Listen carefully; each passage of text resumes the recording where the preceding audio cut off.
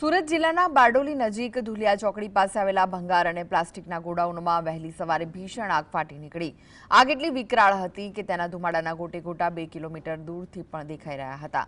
આસપાસના અનેક ગોડાઉનો આગની ચપેટમાં આવી જતા પ્લાસ્ટિક અને ભંગારનો માલ સામાન બળીને ખાખ થઈ ગયો।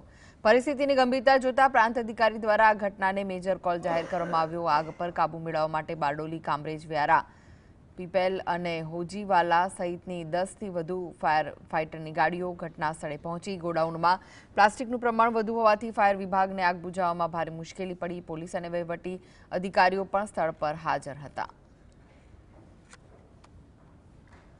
તો વિકરાળ આગ લાગી હતી। પ્રાંત અધિકારી દ્વારા મેજર કોલ જારી કરાયો હતો। ફાયરની 10 થી વધુ ગાડીઓ ઘટના સ્થળે કામગીરી કરી હતી। આગના ગોટે ગોટા 2 કિલોમીટર દૂર સુધી દેખાતા હતા।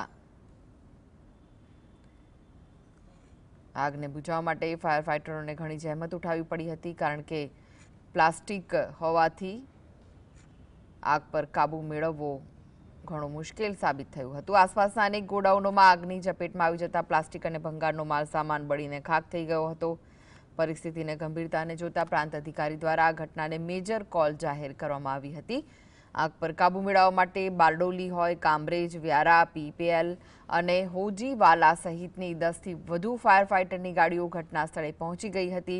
ગોડાઉનોમાં પ્લાસ્ટિકનું પ્રમાણ વધુ હોવાથી ફાયર વિભાગને આગ બુઝાવવામાં ભારે મુશ્કેલી પડી હતી।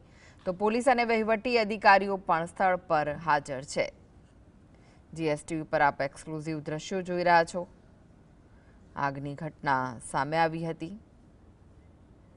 તો આ વિશે વધુ માહિતી માટે જોડાઈ ગયા છે સંવાદદાતા અમીશ। અમીશ, આગ લાગી હતી, શું વિગતો મળી રહી છે હાલમાં? સુરત જિલ્લાના બારડોલી નજીક ધુલિયા હાઈવેને અડીને આવેલું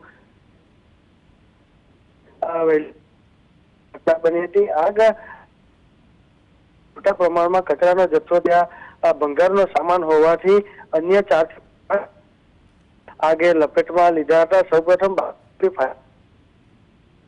બેકાબુ બનતા જિલ્લાભરની 10 થી વધુ ફાયર ટીમોની અત્યારે મદદ લેવામાં